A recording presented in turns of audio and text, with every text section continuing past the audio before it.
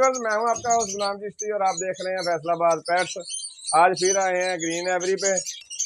जी viewers, तो अमर भाई के पास आज अल्बाइनो लेने आए हैं। अल्बाइनो आज चेक करवाते हैं आपको। एक भाई आए हैं, वो कह रहे हैं मैंने कैमरे के सामने नहीं आना। ये अल्बाइनो के 5 जोड़े लेने हैं इनसे, तो आप चेक करिएगा परिंदे भी, और कमेंट्स में ज़रूर बताइएगा कि परिंदे आपको कैसे लगे।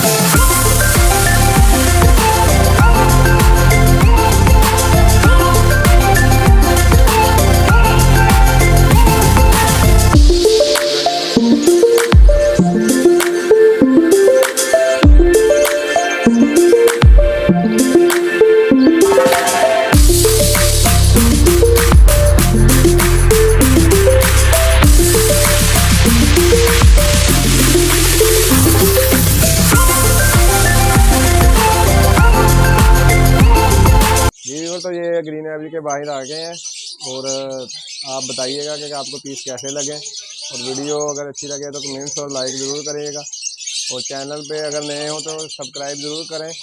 ये ग्रीन एवरी पे आए थे दोबारा हम, तो अमर भाई से हमने पीस लिए हैं। ये भाई नहीं सामने आए, उनकी जॉब का मसला था, इस वजह से वो सामने नहीं आए।